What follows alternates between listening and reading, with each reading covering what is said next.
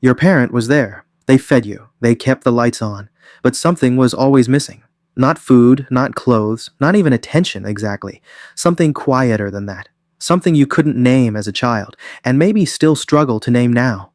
This video is about that thing. Emotional unavailability doesn't look like a dramatic, obvious kind of bad parenting. It looks like a parent who was present but distant, busy but not interested, loving but only on the surface. And the signs it leaves behind don't show up as memories, they show up as patterns in how you love, in how you protect yourself, in what you silently believe you deserve. Here are 7 of those signs and the science behind why they happen. Sign 1. You became really good at reading other people's moods. Before you even walked into a room as a child, you already knew what mood your parent was in. You picked it up from the sound of their footsteps, from the way they put their keys down, from the silence. Researchers call this emotional hypervigilance, a state where your nervous system is constantly scanning the environment for emotional cues, because calm was never guaranteed.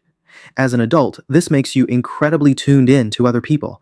People say you're perceptive, empathetic, intuitive.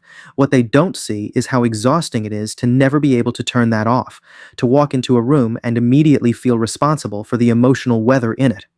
Sign 2. You find it easier to take care of others than to ask for help yourself.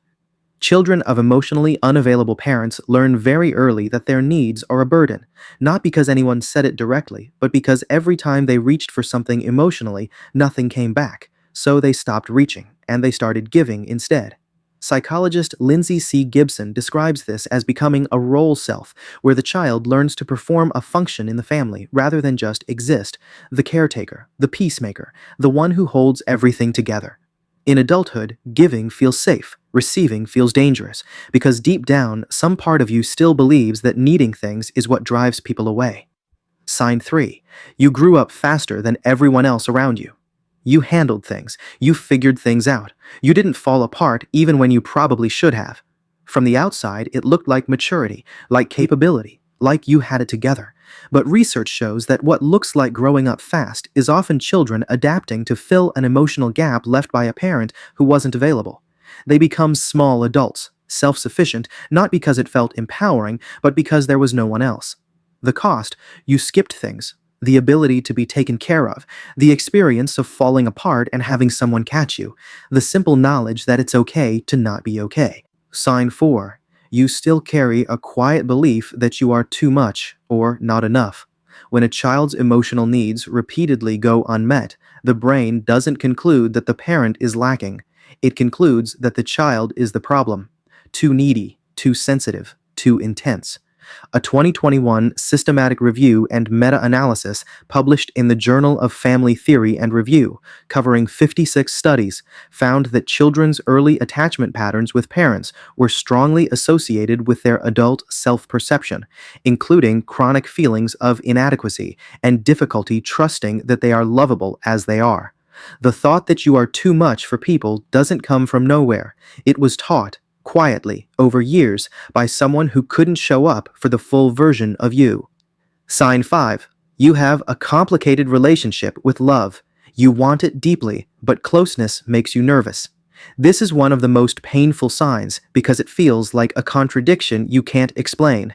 You want connection. You want real, deep closeness. But the moment someone gets close, something in you pulls back, or clings too hard, or waits for them to leave. Research on attachment styles, including Ainsworth's foundational work and decades of follow-up studies, shows that children who experience inconsistent or emotionally absent parenting often develop insecure attachment, either anxious, where love never feels secure enough, or avoidant, where closeness itself begins to feel like a threat. You didn't choose this. Your nervous system learned it before you were old enough to question anything. Sign 6. You have a healing fantasy you've been running for years. Clinical psychologist Lindsay C. Gibson gave a name to something many people recognize the moment they hear it. A healing fantasy is the quiet belief that if you just get it right, if you try harder, do better, say the right thing, your parent will finally see you, finally give you what you always needed. So you keep trying, you call more, you explain yourself better, you give more. You shrink yourself. You become whatever version you think they need. The fantasy isn't weak. It's completely human. It's hope. But it's also the thing that keeps you locked in a pattern, not just with your parent, but with every person who reminds you of them. Sign 7. You are deeply lonely in a way that's hard to explain.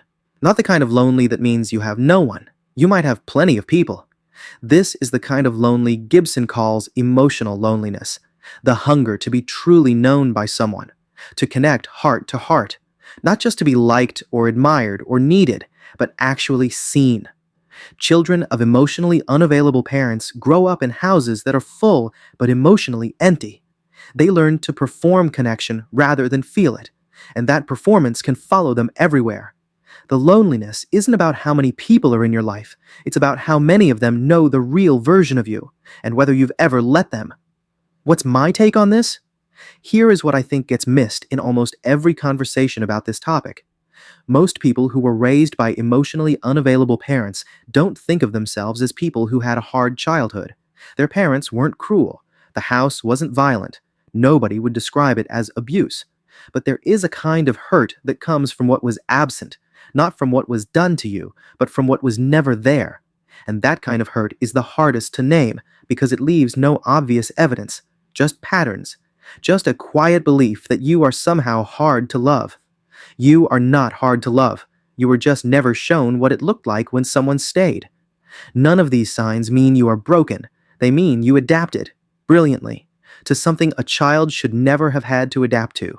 The patterns that protected you then can be unlearned now, not all at once and not without effort, but they can. And the first step is the one you've already taken, understanding where they came from. Which of these 7 felt most like you? Tell me in the comments.